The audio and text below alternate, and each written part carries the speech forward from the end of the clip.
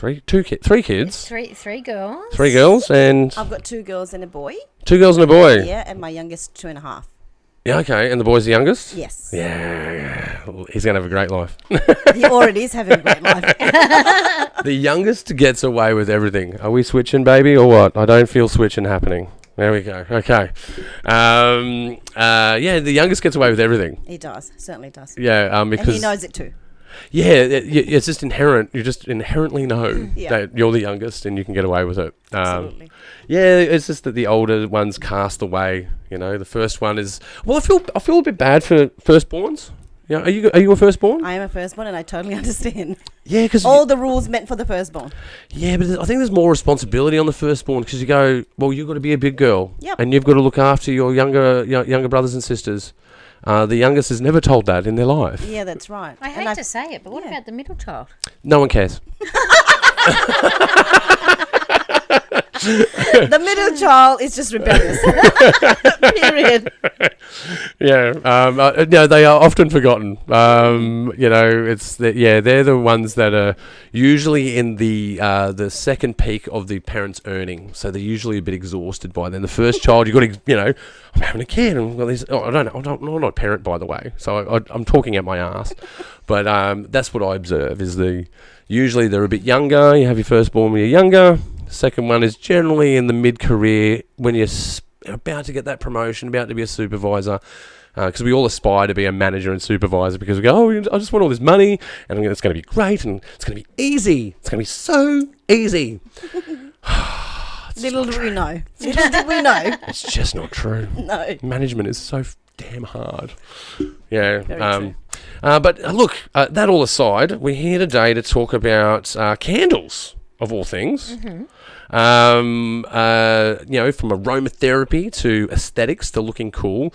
I definitely have to start with a horror story that I have about candles, if you don't mind. Yeah, go for it. I was trying to be romantic one night and had all these candles in the house. And usually when someone acquires candles like myself, you're not going out purchasing them per se. You're just acquiring them from certain events, tiki sort of little candles to the bigger candles. And I realised when I lit all these candles in the house, trying to be romantic with my wife, and I thought, candlelight, you can't get better than that, really. But they were petroleum candles. Oh gosh! Right. So 20 minutes in to having a dinner and being all smoochy poochy, I'm like, I'm getting a headache. So do you feel dizzy? I feel dizzy. What's going on? And I figured out it's about petroleum candles. And the first thing that really got me going about what you guys are up to is that there's more to candles than people think. Absolutely. Yeah. So what's the name? So I'll start with you, Laura. What's the name of your company? So the name of the company is the Sisterhood Creations. Mm-hmm. I think what's really important about that is when we first started our partnership, we really wanted to find, I guess, a name that summed us up. And we met and our friendship grew and we bonded together.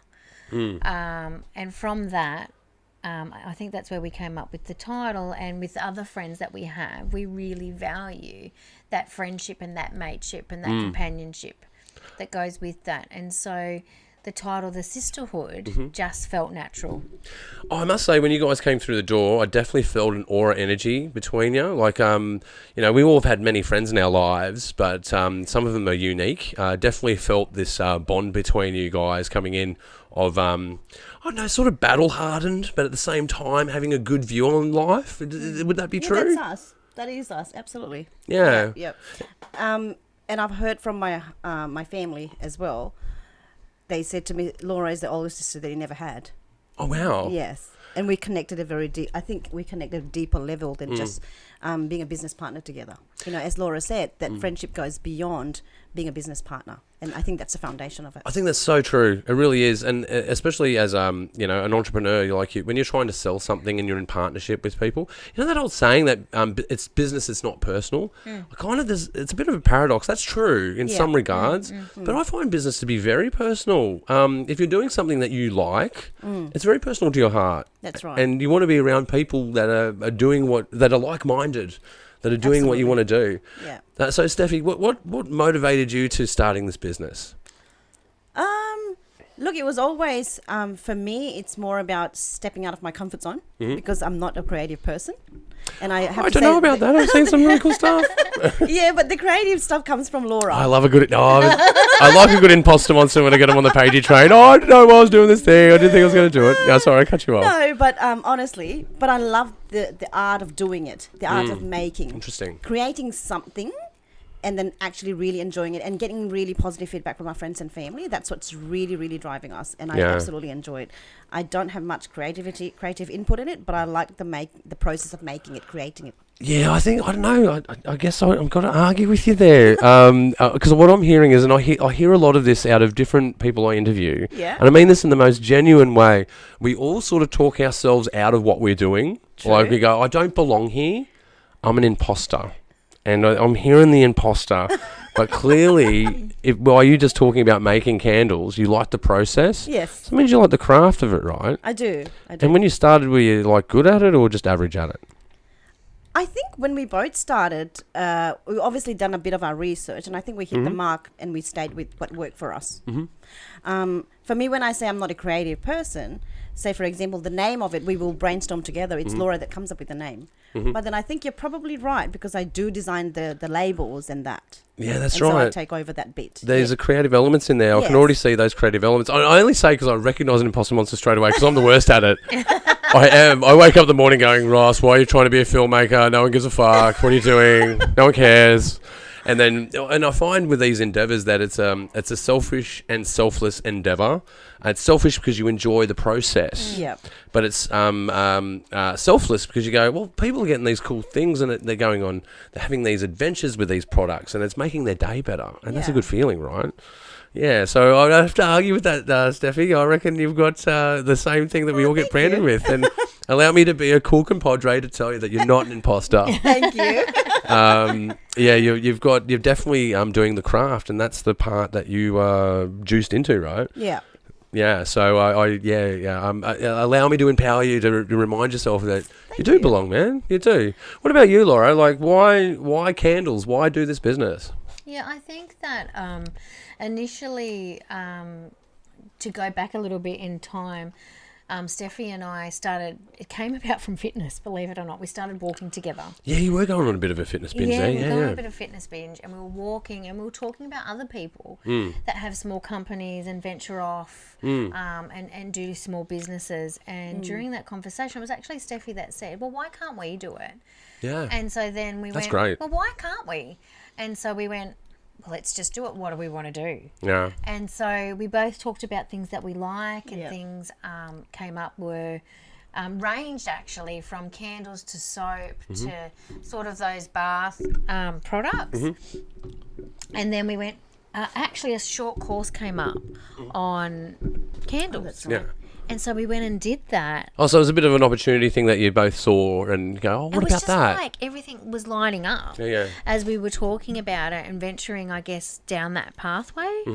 And I think Steffi's right as well. It's about that craftship. So, and getting to spend time together. So while we're making products, it's a barrel of laughs. Yeah, that's right. And what do I enjoy about it? I think that there's a science element of it as well. So it's the science meets the art and the craft. You mean like sort of from a chemistry point of view? From a chemistry point of view. Yeah. And a quality point of view. So I think that we're really proud of the fact that we try to produce quality and we won't reduce any of the ingredients that go in so that, of course, we want customers to come back, but you want to be proud of what you're selling. Yeah, you have to stand by it, right? Like, you've got to use... And I'm a big proponent for this. Quality is way more important than quantity. And don't get me wrong, you want to get those units out there. You want that quantity. But there's no point in that quantity because then it's just a heist. You know, you're just doing this one-off thing that people aren't going to... If you do... You know, and we've seen it before. You do this, they do massive campaigns. Like, I think a good example is rock and roll beverages. Like, when AC/DC releases a beer or Metallica releases a beer or Kiss releases a beer, they're all garbage. Like, it's not something that you would drink on a daily basis, but you buy it as a collectible. It's this one-off thing. It's a bit of a heist. Yeah.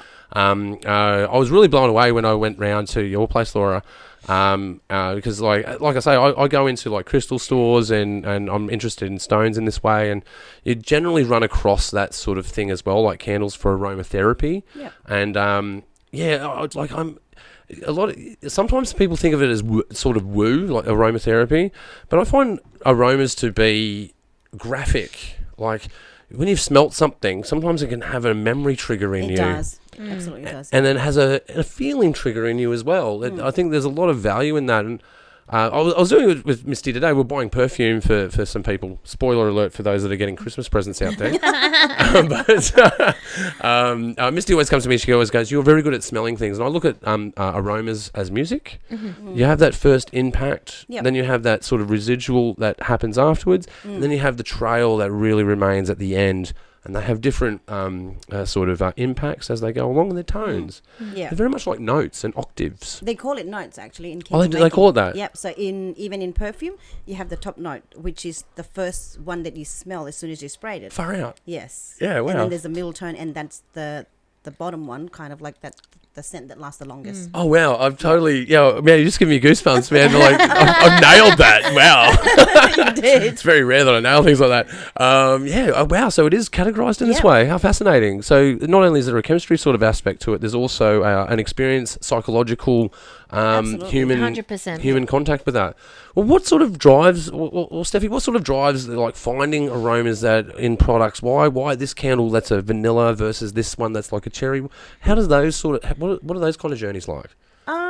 For me, it's a bit like my personal choices, things that I've smelled along the way. My favorite perfume, by the way, like say, we have a fragrance called Sassy Queen. Sassy Queen. By Queen. the way, Sounds Laura alright. came up with the name, but it's based on the Chanel It's perfume. good marketing. That's great. Sassy Queen. I think it's a Sassy great Queen. name. Oh, I think I'm a sassy queen, whether people believe it or not. I think I am. I know. Look, big shout out to my Sassy Queen friends out there. I definitely know a few Sassy Queens. Absolutely.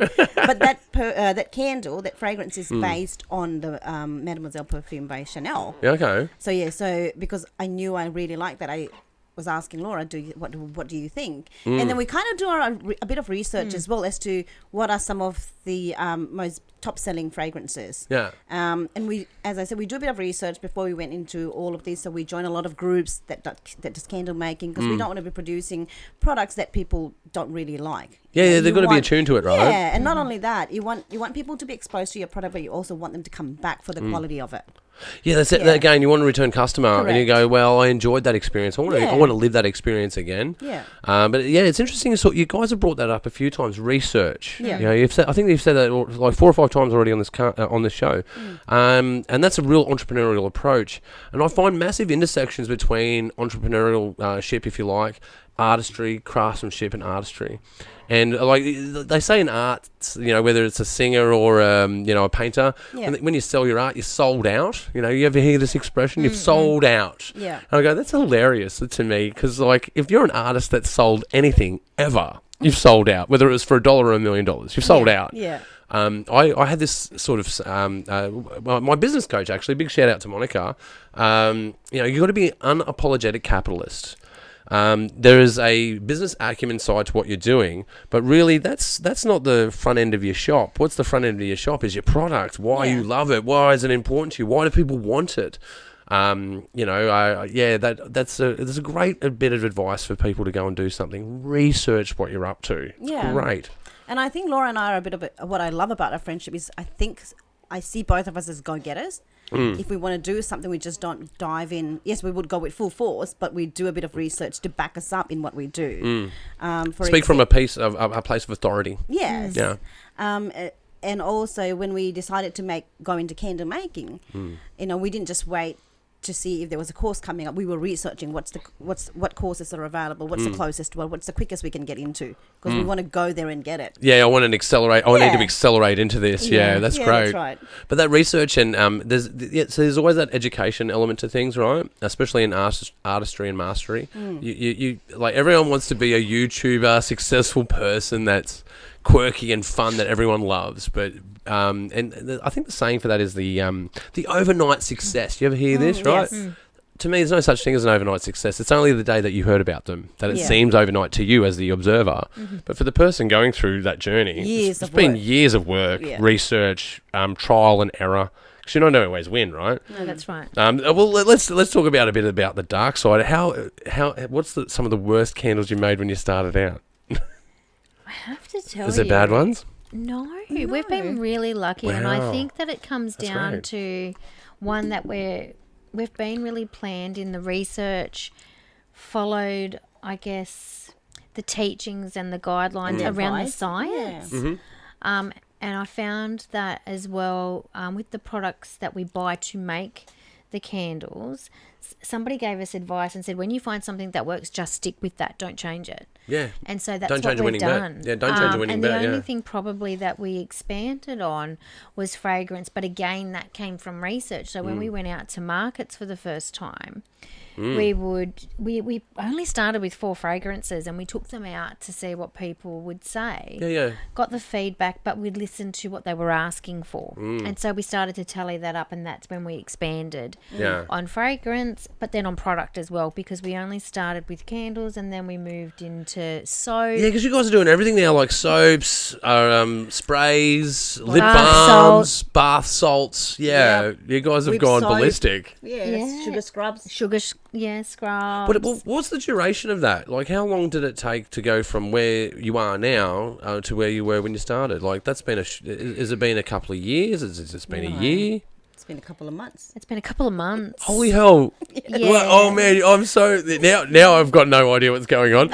I thought like, wow, this is something you've been doing for years because you guys are fucking awesome at this. Yeah, no, Yeah. we started, the idea hatched probably September sometime, Yeah. and This we- year. Yep. This year, yeah. But And you guys got a full production and like shop, like you got shop, like yeah, you do the pop up shops, yeah. Yes. Yeah. We go to markets, yes. pop-up shops, markets, word of mouth. Yeah. Oh well.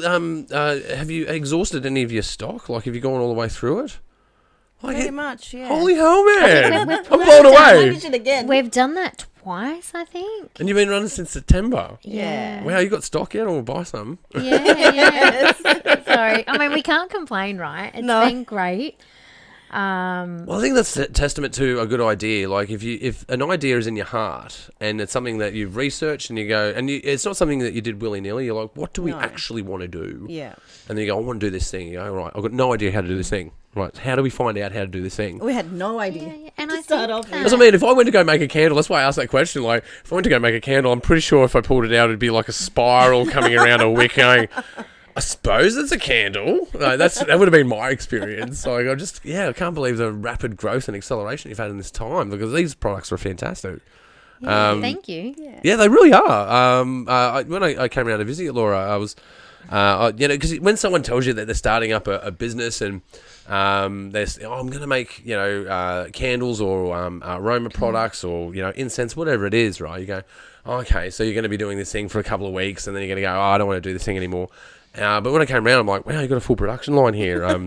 This is you're fucking serious. Okay, this is intense. And then I started looking at your products, going, and then I reverted back to the poor experience I had lighting candles in my house, going. Yeah. Oh, I wish you guys were around earlier. I could have used some assistance in trying to be romantic. I was totally blown away by the quality. Thank you. And you've only done this in this amount of time. You've made a few waves. Like, is there a community out there of people locally with candles in the Western Sydney region? There are in patches. Yeah. Yeah, okay. But I think the biggest community for us as candle makers or, artisans is Facebook.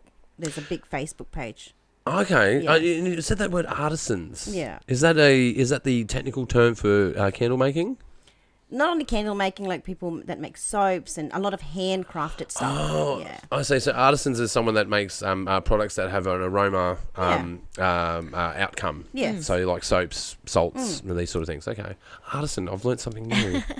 It's interesting that it's got that word though, artisan. Right? 'Cause we've been talking It's about an it as art, It's right? an Yes. Well, it's one of those things like, when people say that's not art, right? There's these things that are out there like one would argue, even like computer gamers, right? They'd say that's not art. And you go, well, actually, it's the most intersection of all art. It's music, it's code writing, it's graphics, it's acting, it's directing. It's actually an intersection of all of them. So it's quite an art, actually. Yeah. But then you've got those other similar things like, you'd see like leather making, people that do leather products. Sometimes things are seen as craft, not art. I think another sort of intersection is I've been really interested in glass blowing lately. Oh yeah. And I was reminded of my mother. She was a cake decorator. And I saw the similarity between glass blowing and cake decoration. It's just that the product is different. So they still hone and turn things that into flowers that are semi-viscous and then they become hard. And I imagine that's a bit the same with candles, right? It would be like this fluid thing that you then turn into a solid. What's the bit of the process there? How do you take this hot liquid? I don't even know how you get the wick in there straight. How do you do that? So I remember Laura referring it to being a bit of science. So you have to get it in the right temperature. So obviously you get the wax, which is hard to start off with, or softer, but it's not liquid. So you melt that. So then that becomes liquid, and you kind of have to pour in the right temperature. So before you pour it, you let it cool down to the temperature that you want. Then you mix the fragrance oils. Because if you mix the fragrance oil, that when it's too hot, it's going to just evaporate and you're not going to get the fragrance that you want. Are these alcohol-based fragrances as well, or is there a sort of a mixture? Are they oil-based? It's a mixture. Yeah, okay. So you would find that the oil-based ones would be different from the alcoholic ones. So the alcoholic ones, I imagine, would evaporate a lot quicker under a lower boiling point. Yeah. So I'm nerding out with you guys. Well, look, I'm keen interest in chemistry and things like that as well. I know I do. I suppose, like, from my kind of background, when I think of candles, I think of explosives. It's really weird. Okay. With explosives, they're referred to as WAD. So wax is often used in explosives. So when you see C4, it looks like a candle, right? Okay. So I imagine the chemistry is very much the same, and when they mould it, the chemistry is different when they make it go bang. Yeah. But imagine that formulating it at different temperatures, different viscosities, would have a similar heating process. Yeah. So that's me. Like, that's super weird. I know. But it depends on the vessel as well. Yeah, it depends on the vessel. It depends on what fragrance you're using. There's a hot throw and a cold throw. There's also the art, I guess, around making sure that the fragrance lasts, not just when you light it for the first couple of times, but you want it to last for the entire burn. Yeah, the duration of the burn, Yeah, absolutely. And I think that we're proud of that because we've been able to master that. So, and we've received feedback around that our candles give off that cold throw, which you can walk into a room and smell. Yeah, that's before you burn. So when you meant cold throw, it's just having a candle open, you can smell it. Yeah, that's right. Yeah, when you pop it, you can smell it. Yeah. Yeah. So can I have a go at one? Is this one here? Yeah. Pop that. You're always knocking things over, you guys. Oh wow. I don't know what. If you read the lid, it'll tell you what that one is. It's a vanilla sort of one. That one. What is that? Sassy Queen. Of course. Yeah. Yeah, it's the Sassy Queen. So that's the throw. Would you call that a throw? Cold throw. A cold throw. Yeah. And when you light it, obviously that's a hot throw. I'd imagine. Yes. Yeah. Which we'll do that shortly. I'd love to do that. Yeah. Okay. So I know you've really fired some neurons off in my brain, like, because when I do like graphics for people, or when I do clips for people, it's hard with some clients because they go, well, I've got a camera in my phone. Why do I need to hire a cameraman? I go, well, because there's a lot that goes into photography and videography. It's not just pointing at something. There's actually methodology behind it. You would have seen me when I was setting up today. There's headroom, looking room, and we've boxed it in so that it's aesthetically pleasing for the viewer. It's got to be in focus. There's technical proficiency that goes into achieving that. It's an art. Yeah. But for some people, they go, well, I just pop out my phone and I push record. There's no art to that. So there's this taking it for granted sort of idea. Because we're in the modern era, like, within the age of electricity, although calculus was written by candlelight, Isaac Newton wrote with a feather, wrote calculus. He wrote calculus in 9 months. If you go and do it at uni, it's 4 years. So he was out there. Yeah. But when you think of candles, you go, well, it's just light, right? It's just light, and how hard can it be? And what you've really opened me up to is like, wow, it really isn't hard, isn't it? It's actually quite hard. It's super hard. Yes. It's ancient art as well, right? Yes, absolutely. Absolutely, and even knowing what type of wax to use. So we use soy because that's safer. Okay. For people and for animals. Which more environmentally friendly. Yeah. Which changes. I mean, sometimes I think people might say, well, why do your candles cost more than if you go to Kmart? that's right. Which is probably a really good question, right? Yeah, But it's a the fair question. difference- Totally. It's a fair question. Fair question, yeah. And my answer to that is because it's the type of wax and the ingredients that we're using. So again, it comes back to quality and safety. Yeah. And even as Steffi has said, that's around the vessel, because the vessels that we buy are heat resistant, so they don't That's explode. true, yeah. Normally, when you get ones from Kmart, they're like in plastic, and you unwrap them, and then they'll like melt over onto what do you burn them on, which is sometimes cool. Like I've had like candle setups in different places I've lived with, where you get the wine bottle, stick a candle in, and it sort of melts over, and you go, oh, that's a bit kitsch and a bit cool. But after a while, it's just something that collects dust that can't be cleaned. It's really annoying. And it has its romantic moment, but it's quite fleeting. Something like this, I can put the lid back on and go, oh, well, I've had my bath chill-out experience, and, hey, I can just have that experience again later. Absolutely. Yeah, and what about your burn times? Like, your burn time's different? Like, how long do your candles last compared to other candles? So burn time depends on the size of the candle as well, but normally they will last between 30 to 33 hours for a medium size. 33 hours? Yes. Holy hell. Yes. I can tell you the petroleum candles I had did not last that long. Well, that's probably because it's from Kmart.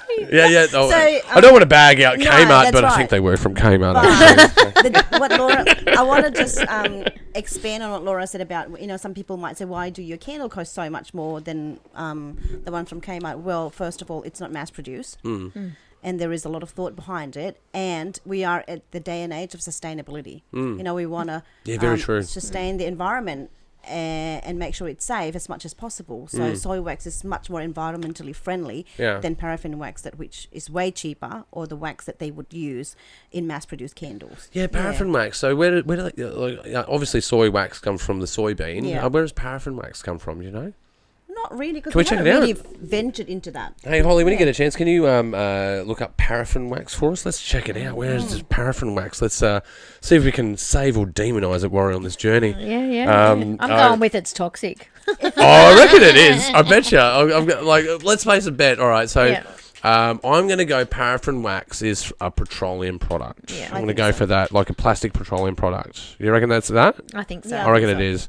Let's have a look. What do we got? So we've got Petroleum by de-waxing product. Knew it straight up. There Yeah. you go. Yeah, probably carcinogenic. Yes. Probably, not good for you, and probably 18 types of different cancer. Who knows? Maybe Yeah, only that's right. 17 types. I don't know. I don't know. Not a scientist, but it sounds shit. Yes. So hence why it's not just our product, but any handmade products by people that are artists or artisans is a little bit more expensive. Obviously, you've got to think about the cost of the labor, and the products you put in. Quality of products obviously cost more. Yeah. Oh, and it's renewable as well. Like, That's right. this is a petroleum product, man. When we run out of petrol, there's no more of this wax, right? So they've got to get it from somewhere. It's actually, coming back to that experience, it did smell like plastic. That was the deal. It's like, oh man, this is overbearing. Like, I had a headache straight away. Yeah. And maybe I overdid it a little bit, and I grant you that. But you burn these things, like, that they're environmentally friendly, that they're safe for humans. But beyond that, they've got this nice perfume. So how do you guys go about developing the perfumes for these things? So the scent we would buy, and we decide again. Oh, you do mixtures of them, or? Yeah, we can do mixtures, or sometimes you'll buy it already in that scent. And then I guess because we've based the company on friendship and mateship, is that once we pick a scent as well, then we will name the candle. Your names are pretty cool. Yeah. So, for example, Are you guys coming up with this when you're drunk or what? What's happening? I think Steffi will tell you how we do that. But, for example... All right, give me a brainstorming session about how you come up with names for these awesome candles. Because they are awesome, by the way. We just had a brainstorming session this afternoon, actually. What were we talking about? Something about just gorgeous. And then did I say just famous? We were talking Just about coming on the famous. podcast. Yeah. And I Yeah. said, well, we're going to be just famous. And Yeah. she goes, yeah, I like that name. Yeah. And so we write them down. So Wow, so you got it. There's a name of a candle that's based on you guys coming on this podcast. We We're are going going to to. name it. Yes. Oh, it's I'm going to be so called stoked. Just Famous. Yeah. Because there's a few things that have come out of this podcast, and that's pretty cool. I'm pretty stoked that that's. What's it? Say it again. What is it? Just Famous. Just famous. Yeah. So yeah, I like what you've done there. It's not almost famous. It's No. just Just. famous. We have just you guys are become clever. famous. Yeah. Yeah, that's very smart. Like again, that comes to that entrepreneurial mind. It's clever. I think that's why I think that's why I like it. I think that's why I like what you guys are doing. It's clever. Because I think Laura came up with the idea of when we were brainstorming the name of the candles. When we said salted caramel, she said, "Oh, it's something that you do. You eat your popcorn and you watch a movie. So it's more like something that you do with your family, your brothers and sisters and friends." So she came up with the name Kindred Spirit, and I really love that. That's a great name as well. Yes. Wow, you're really nailing this, guys. So yeah, there's a thought. Like I was behind blown away it. before. You just keep blowing me away every like 3 minutes, But man. it This is comes insane. back to that aromatherapy. So Yeah. when we pick a scent and we smell it, we think about the memories or what it reminds us That's what I of. was saying before. It does that, doesn't it? Yeah. Smells do that. They are graphic in mind. It's the same. I find the same thing with music, and that's why I described a scent as a tone. Yeah. Because I found the same relationship with music. That music has these different tones and octaves as well. Yes. And when they are done in the right order, you will form a memory from them. That's like right. when I hear of you know the song Melon. All I can say is that my life is pretty. yeah. Blank. You know the song. I think of Wollongong every time. Oh, wow. Yeah, because we were driving down Bly Pass. That song was on the radio. I was excited to go to the beach. I think I was like 12, between 12 14 years old, around that bandwidth. And I think of waves, and I think of that song. And when I started surfing waves at that point, and where I am now as someone that enjoys the ocean, that song will take me to all of those memories. It just doesn't invoke that one memory. It will start at that memory and then invoke other memories that cascade along that. And I find that aroma sort of stuff is the same. I know this is another crazy one. I remember the smell of the tobacconist when I was a kid, when my parents bought smokes in Battery, right? And I think it was the smell of the carpet, not a smell of tobacco. And they were using some sort of cleaning product that was very unique. And I've walked into certain libraries or certain malls here and there, and I go, that's that cleaning product, that tobacconist in Battery. I remember. It takes me straight back, and it's a whole visual experience. Other ones that really blow me away is about the future. Sometimes I get a sense of future out of smell. Don't really, and you get that out of music as well. You get that inspiration. Like things are going to be all right. You have that. That feeling, that apathetic feeling. I get that from certain smells as well. And out of some of your products, I've gotten that experience. So maybe we'll do a hot throw. Can we do a hot throw on this one? We'll light this one, and I'll tell you a little Have bit you got a about the Sparky? name. You got a Sparky? Yeah. Yep. So this one's called Stand By Me. I thought you'd like that. Yeah, I like that one. Yeah. Yeah. And the reason we picked that name is it reminds us of summer. Oh, yeah. Yeah. It's a lemon lime Sort of coconut. it's a citrus coconut sort of And smell, yeah. elderflower. Yeah. Yeah. And so that's what we do. We think about the scents, what it reminds us of. I'm taking this I feel like I'm wine tasting or something like that. It's got the talons, But it is kind of that experience, like when you really judge a candle, how it burns, how it smells, how it throws, how it remains, how it dissipates. Yeah. You guys are blowing me away, man. This is great. Yeah, and I think that's the other thing we do test. So when we make products, we test them. Our families are great for that. Daughters. Yeah, our daughters.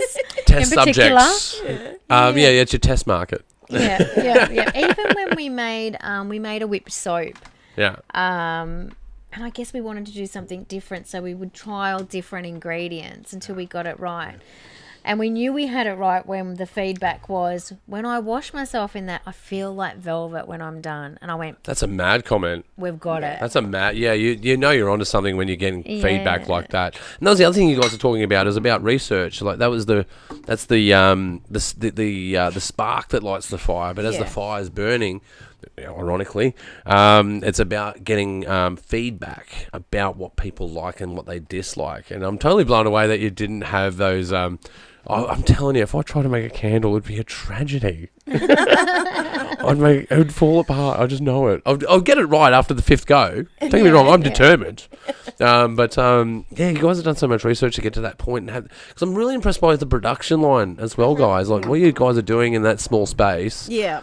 I look at that and I go, Man, if you did some like public relations sort of stuff, some TikToks about how you build that, some Instagram about you enjoying those spaces, invite people into that process, because the process you guys do is amazing. Yeah. It really does. And the other thing that I really sort of honed into, and there's something I'm a big proponent for, is filling a void.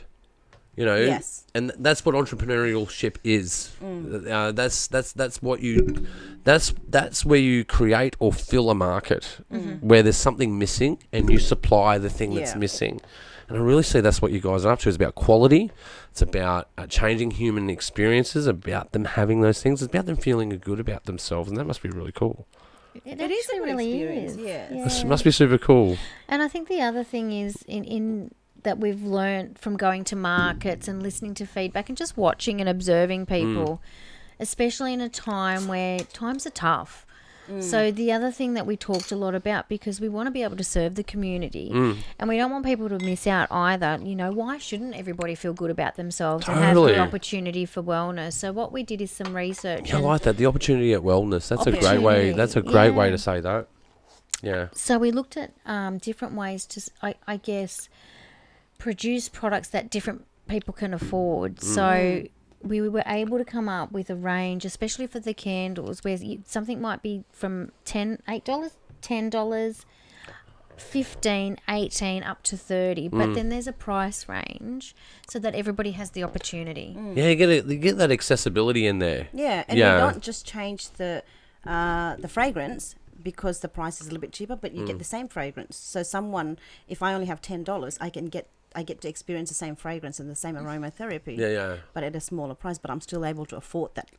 And I feel, to me, it's like a taste of luxury. Yeah, it's a sample, right? Yes. It's a sample of luxury. Yeah, Yeah. I think that's another great way to put that. Yeah. Because that's the experience I had. Like I'm looking at that bath salt, going, well, I can get into that. I can do And that. You love know it. what? I'll show you. Yeah. And exactly the same thing, Yeah, Ross, can't as look. with the candles. We did different sizes. Can so I open this that- up? Of course Is you that, can. is that okay? Yeah. And we did different sizes for the exact same reason. Oh wow, that's like no short of a lie. That's fucking awesome. Yeah. Well, you don't get that. No, I'm not blowing wind up your ass. That's fucking mad. And again, Sorry. there's the aromatherapy, but we made sure that there's real quality ingredients in there for if you have got sore muscles.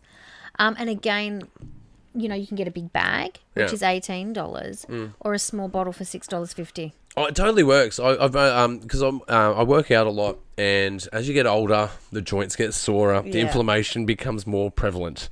So going into sauna is great. I've been going into flotation tanks as well, like just chilling out and just and doing meditation. Yeah. And the component that I've been missing is what we're talking about tonight. Is that other aspect. I've got the music in my life. I've got the performance in my life. I've got the business acumen in my life. I've got the fitness in my life. I've got the spirituality in my life. The thing that really can tie that together is the music Yeah. and the aroma that is in my house. I was actually really paranoid when you guys came around, so I lit some incense when you guys came around. You would have noticed when you walked in, like, oh, it smells a bit incensey in here. I'm like, oh, I've got to make sure that it smells nice when these guys come in. They're going to be very judgmental because they're smelling stuff all the time. And I need to make sure that I don't want to be over impactful. I just want to have some presence. Yeah. That's cool. That's cool. No, but I do when I meditate, light incense, and I've started to get into more soaps and moisturizers that I go, oh, these are actually good for my body. It's good for my Yeah. skin. It's good for my experience. It changes sort of like, because the hustle and bustle, right? We all go through it, whether you're an hour commuting in traffic, which is enough to make anyone homicidal in Sydney, because that anger, that cortisol builds up in you, and some of us have stressful jobs, and you sort of have to have that public face where everything around you is in distress, but you are calm, cool, collected. But underneath it, it's like the duck that's in the water. The legs are going. The legs are going, but it just looks all peaceful on top, right? Yeah. And I think most of us have that in some way or another, whether you're a parent, not a parent, professional, not a professional, academic, artist, whatever, entrepreneur. We all have that. And I really enjoy this sort of stuff. Like, there's one other thing I was checking out recently as well was the smelling salts. Oh, yeah. yeah, like I don't think that works for you guys, but I did some smelling salts, and I thought, because they use this to wake people up when they're like copus, right? When they're out, and when you're like with it, and you're like, oh, and you're like, I'm awake. Fuck, I'm awake, man. I'm alert. I'm fucking alert. Wow. And that's amazing that a smell can trigger all of that neuron activity in you. It's amazing, isn't it? It is, and it's something that it comes for granted. Yes. When you look at the nasal passage of us, right? They even say it's better to breathe through your nose to allow your lungs to take more oxygen, because you're having there's most of the air that we breathe is full of nitrogen, and then you've got the elements of oxygen, carbon dioxide, and then you've got the small smidgen of argon and everything else that's in the atmosphere. They say, I think it's a bit of a naughty word actually. It's like the nasal vulva, I think they call it, because it's like it's like a vulva shape that's in your face. I know. When I was listening and reading this, I was like, oh, I don't want to think about it that way. But nonetheless, there's this whole mechanism that's in your face that it goes through. I think the tract that goes through your nose all the way before it hits the back of your neck to enter your lungs, I think it's a few meters long. Like it goes, it goes through a whole bunch of mucous membrane before it gets into your lungs. So it's going through a filtration process before it gets to you. It's only when you have moments of the natural, I think they call it the natural mammalian cold reflex. So when you jump into cold water, you'll go, right? Yeah. And no mammal cannot do that. Like that's something that is, it's not even in your brain. It's in your a reflex action. So it's in your nervous system, that reaction. Your brain goes, I don't have time for that. You need to do. The rest of the body has to deal with that. I'm busy thinking. I like it when I characterise body parts. But that mammalian sort of reaction to breathing. Yeah, sometimes, obviously we breathe through the mouth and we speak through the mouth and we eat through the mouth. But essentially our breathing is done through the nose. And through that nose, right, we're doing assessment. When you're in an elevator, I go, was that guy over there? I'm sure it was that guy. Sure it was him. We're all doing accusations through our nose, right? We've all done that. We've all done that. But nose alerts you to trouble. It alerts you, and that's how pheromones work. It's where we develop attraction. Yeah. So all of these things occur through this space. Which is funny. That brings me to. Yeah. We have a pack that we make, which is called Honey I'm Home. Oh, it's the racy one, is it? Is that where we're going with that? It's the racy one. All right. We'll talk after the show. I'll make sure I get some of that off here. Well, that's what I'm saying. Like all of these aspects come through the nose. Yeah. The best air you can get is through the nose. The assessment of our environment is through the nose. And I really find that they're so disconnected but similar. We were talking about it before, like the tones of aroma to the tones of music. Everyone goes to the eyes as the primary information collector. Generally, it's the last. The irony is that light is light speed. It's the fastest, right? But if you hear a car accident, you don't see a car accident. You hear a car accident before you see it. So it's the sound wave that hits you before the light. Yeah. Unless it literally happened in front of your eyes, right? And I think smells are the same sort of thing. You could be walking through the forest going, oh man, I can smell mangoes over there. Yeah. And then you're led to it. It creates intrigue. And I think it goes back to that real mammalian sort of DNA. Yeah. How we assess things. I just imagine dogs and stuff like that be going wild over this stuff, because I think they have we have 1,000 receptors in our nose for aroma, and dogs have 5,000. It's amazing, isn't it? Yeah, well, that's why they use them for drug sniffing and and what do they call them? Not greyhounds, hound dogs. Yep. Yeah, where they go and they get them to smell the cloth of a missing person, and they track, right? They track the scent. But that's the power of aroma, and it's something that we sort of overlook. Yeah. You can't make a music video for aroma. Yeah. Or maybe you can. Maybe we should talk. Yeah, that's right. Maybe we could. Maybe we could. Smell-o-vision. Yeah. No, it's something that's definitely overlooked, and it's something that I definitely have been opened up towards, and you guys have totally opened me up to it. Like I said, like, you know, when you have someone that's selling art at a market, so you're like, oh, it's very kitsch. Right? And most of the time it's kitsch. What you guys are doing is not kitsch, man. It's fucking baller. It's mad. So what about your first experience when your first market? What was that like? Okay. That was a learning experience. Always is. But we, as I said before, we are a go-getter. We'd try anything. And we don't miss an opportunity to learn something. Okay. So I won't name the market because I don't want to put people off from going to that market, but it was a trash and treasure market. Yeah. And It was a heist, right? It a was. heist. It was a totally different experience, and I think our Very product stood different. out. Yeah, heists teach you a lot But of I think it lessons, right? scared a lot of people because it was not what they were used to in that market. Yeah, it was. Oh, we had wow. a very different. You're making store. waves. What do you mean different was like store? great. You can't leave me hanging like this. Why is it so... We haven't named the market. We can get away with it. We can get away with it. I think that Be ambiguous enough to tell me why this is so fucking interesting. Like, 'cause this sounds Because- interesting. we went to. I guess the way to sum it up is we took our gorgeous products to a flea market. Oh. So it was a really different vibe. And so Yeah, but we grew up around flea markets. Like, yeah, yeah. but while we were setting up, they were trying to buy our gazebo, What? not our product. They wanted to buy the tent? Yeah. Yes. And the trays that we used to And the display our items. and our display stuff. This is a great tray.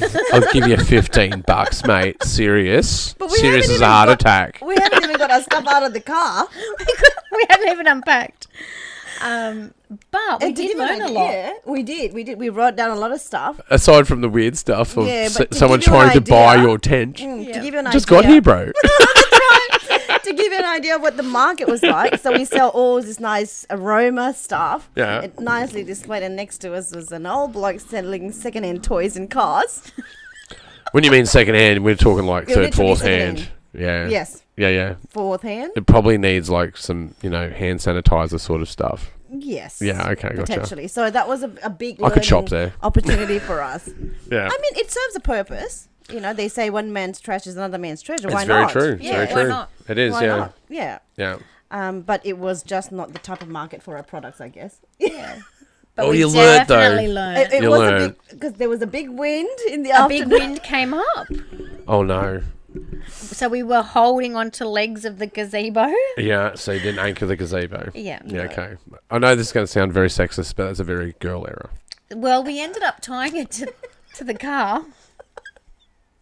Because my car was just. I'll get in too much behind the trouble if I go gazebo. further. And it was definitely, Well, look, maybe we not a took girl lot of error. notes. Actually, no, you served in the military. You should have known better. I'm We- I'm going to call you on that. You need to anchor shit, We- mate. Well, we did in the end. in the car. Yeah, using the a car? vehicle. How about some pegs? Well, It wasn't you gonna work, couldn't it was because concrete. it was concrete. Oh, shock bags. That's what you Yeah. need for that. But we learned. We learned. We wrote the stuff that we needed. For Sorry, the I'm next busting your market. balls right now. I'm sorry. But we learned. Yeah, we we learned. Well, from that market, apart from anchoring the gazebo, And the We tornado also that almost took learnt- everything away. Yeah. we wanted to stand out even more. So that's Sounds why like we you're went standing off. out already. Sounds like you've got a very flash gazebo that everyone wants. Well, But we came up with the sign and the poster. Yeah. How to banner. market a banner, Tablecloth. tablecloths. That yeah. one that the wind can't blow That away. can't blow away. We Yeah, had you've got to to hold anchor it that as down. well. Yeah, a good way to anchor a tablecloth, by the way, is 20-cent pieces of washers. Oh, there Yeah, you yeah, go. yeah. Sew a hem Yeah. and just put washers or 20-cent pieces in the end of the hems at the corners, and it weighs it down. Oh, There you go. there you go. Yeah, but we learn a lot from that experience. And so Yeah, then that we was went. our first All right, well, let's Really set us up for our second. Yeah, I was about to say. market. Yeah, we. It sounds it's too we're too controversial. Let's move on to the second market. How was your second market set up? The second market was great. Yeah. Is it Mel? Yeah, it's one of our favourite places to go. And we've gone there We've been now the 3 third time. times. Yes. And we've found that, I guess, in the market arena, Yeah. we've actually made some market friends. Yes. Yeah. Everyone's really Community. supportive. That's what sort of tapping in before about the candle community, but I guess what we're really talking about is the market self-entrepreneur community. So that Yes. sounds like that's what I was sort of asking before. That's what I was Yeah. sort of trying to probe into. What's that like? Yeah, it's been really, It's really supportive. good. It's supportive. It's very Everyone's supportive. willing to share information, their experiences, and what they've learned. Yeah. Because you've got the T-shirt guys, you've got the water feature guys, We got the someone feeding us food Yeah. last week. the mysterious vase guys. All Those different guys. sort of crafts and creations. Yeah, all sorts of crafts and creations. But I got a tip for you guys. I don't know if it's valuable or not, but I'll give it a shot. I was going through, I think it wasn't like Coffs Harbour. Where was it? I was in Boomerang Bay, so it's north coast, towards Newcastle, and I went into a mall. And there's a few malls that are up that way, and they're run by Stocklands, I think. So, you know how you have different mall companies? You've got Yes. like Westfields or Yeah. whatever. So Stocklands do a lot of those open mall sort of scenarios where they have the what do you call it? They're like not tents, but like tarps. You know those big, but they're proper ones. They're permanent, like sun shields. Yeah. And they'll usually have like buildings that are adjacent to all of that, and then the sun shields are in the middle. And in the middle of those malls, there's these pop-up stores. And it looked like you could totally rent it. It has like internet connection, power connection. And I saw guys there selling lamps, selling like jewelry. And I thought of you guys, because I've been talking to you guys recently, I thought, man, you could do one-off pop-ups during holiday season, and you can do massive sales out of that, I reckon, especially the product you guys have got. I reckon you could really sell in those spaces. We'll talk offline about it later, but I found other opportunities that are inside commercial malls for pop-ups. Because you guys have been doing a lot of the market pop-ups. Yes. Yeah, I think you guys got an opportunity to expand and have this, because it's the same methodology, just a different venue. Yeah. So you're already doing it. You just got to change the venue. Yeah. But you got to drive 2 hours to go and do a 1 day of work. But well, it comes into it, right? Like if you want to sell your stuff, you've got to do those long drives. You've got to do that salesmanship. I know it sounds terrible. Sometimes I find the salesmanship side, just buy it. But the thing is, you've got to get it out there, and it's a lot of effort because you go through the process of making a product, and you're already exhausted. You're tired because you've probably got a day job. You guys have got families. Yep. Yeah. Which is like, I look at you guys and go, shit, I'd be already asleep by now. I don't have children, but man, my God, you people are insane. Kids are crazy, Holly. I'm just saying. You guys are crazy. You know you're crazy, right? Maybe a little bit. Yeah, you guys are crazy. Oh, by the way, I'd like to a big shout out to Holly Wash is here. Thank you for producing tonight. It's glad to have you on board. Glad to be on board. She's doing a great job. A bit sluggish on some of the switches, but that's all right. We can get past that. But it's the briefing that I gave her earlier. But she's doing a great job. So thank you, Holly. Where can we find you guys online? So we're on Facebook under the our brand name, which is the Sisterhood Creations. Can we pull that up, Holly, while we're there? Yeah. Yep. And we're also on Instagram. Instagram, on the gram. All right, so what do we hear? Oh, yeah, show us the gram. What do we got on the gram? Let's have a look at some of these bad boys. Yeah. Okay. We haven't. Oh, you're really- fresh on the gram. Yes, we are. Fresh on the gram. As you said, This is before- virgin gram. Look at this. This is the most virgin gram I've seen. You could tell the generation. Go back to the Facebook for a second. Oh, thank you. Go back to the Facebook. Yeah, we prefer the Facebook. Yeah, look, prolific, right? Look at that, prolific. You know you can link them together, right? Yes. So when you post on Facebook, it'll post to your Instagram instantly. You know how you can do when this? I post on Instagram, I post on Facebook instantly. I'm still trying to learn the reverse. Yeah, but just make sure you Yes, we're aggregate. Gen X, we know. You got to Yes, pick one we as the know. aggregate. So Right. make your Facebook the aggregate, link it to your Instagram, and it'll instantly post to your Instagram. Took me ages to learn that. There's another one you can use, by the way. You guys might like it. It's called Buffer. So so Buffer's like an aggregate sort of social media switcher. So you go into Buffer as a program, and you go, on this date, do this Instagram. On this date, do this Facebook. On this date, do this TikTok. Right. So you use it as your main broadcast point of view.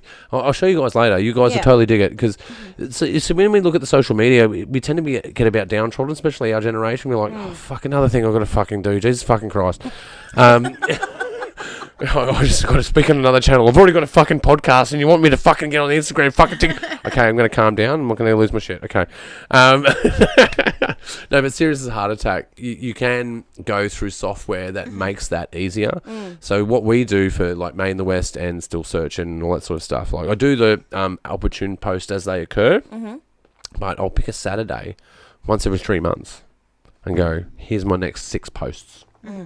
And then you just, because, you know, and especially working as a team, right? Yeah. You can go, oh, all right, so we've done some candles. All right, let's take half hour to do some posts. Photograph your experience while you're making those candles. And then you go, okay, so I've got this new product. Oh, we're not releasing that for a month. Great, let's schedule that for 31st of August, right, at 9 p.m, whatever. And then you start looking at analytics and you can see when people are looking at your content, you go, now I know the best times to post. I know the best times to post on Instagram. Buffer will give you all of that. I have no affiliation with Buffer. Hey, Buffer, if you want to give me a sponsorship, I'm doing you a good job right now. But totally recommend Buffer. It allows you to free up, because it's stressful, right? When you think about I don't know about you guys, but I stress about social media. Because sometimes you get tied into it by doing the doom scroll. Like you end up on doom scrolls. Yeah. Like, oh, now I'm burning my time. I should be doing other shit. And you go, okay, I'm going to do my actual business social media now. And you're like, oh, I can't be fucked doing that. Jesus Christ. So what I'm saying to you is to get around that stigmatism in your own mind, the imposter. We were talking about that before. Because a big part of the social media thing is that imposter as well. Like, I have no business doing this. What am I doing this for? Do it on one day, and then you've fired and forgot. It's all scheduled. You've just scheduled the next 2 months of all your posts, and you did it on a Saturday afternoon after you did a production line on your work. You've incorporated it into the same day as your production. Now all of a sudden it's not a chore; it's part of the job. Yeah. So it changes the posture, changes the way you look at it. So I totally recommend that. So we've got you guys. Oh no, I'm rambling on. We got you guys on Facebook. Once more on Facebook, where are you going to find you guys on Facebook? What was it? The Sisterhood. The Sisterhood Creations. Creations with an S at the end. Yes, that's The right. Sisterhood Creations with an S. But allow me to thank you guys for being on the show. You guys have been absolute scream. Thank you for putting up with me. No, thank you for having us. It's such a great opportunity, and we just become famous. I know. Oh wow! Just famous. Well, hopefully I get you guys some Just hits. famous. Feel free to go through my content and like take out the snippets that you want and put it on your own site. I only ask that you just tag me. Yeah. You know. Sure, yeah. And I'd love to have you guys back in a year if that's cool to see your See how progress. we've gone. Yes, because you guys are like so green. I didn't know you guys are so green. I'm so impressed. Like, it's pretty cool. Thank you. But once again, thank you so much for being on the show. Oh, no, thank you. It's great to be here. Thank you so much for having us. And you guys have been watching the Pagey Train. That's right, the Pagey Train. You can find us on Spotify. That's right, video on Spotify. Or you can go and check us out on YouTube. And while you're there, don't forget to subscribe. And for your avid listeners out there, you can find us on iHeartRadio or Apple iTunes. Basically anywhere you can find podcasts. You've been watching the Pagey Train. We'll see you next year, actually. It's next year, not next time, next year. Have a Merry Christmas and a happy motherfucking New Year. But guys, serious as a heart attack, thank you for all the likes, thank you for all the subscriptions, and thank you all for the audienceship that's out there, the listenership, the viewership. You guys are absolutely amazing, and thanks to you guys over there in Texas and in California, my biggest growing audience. I don't know, it must be the Australian accent, I don't know. But once again, you've been watching the Pagey Train, and we'll see you next time. We're done. Cool. Did you like my outro? Love it. Was it all right? Outro was all right? Yeah, yeah. Been working on it. Yeah, it was really cool. You really got into it. I Yeah, love it. got into it. Yeah. I do. Looked at the camera, had the finger going. Yeah,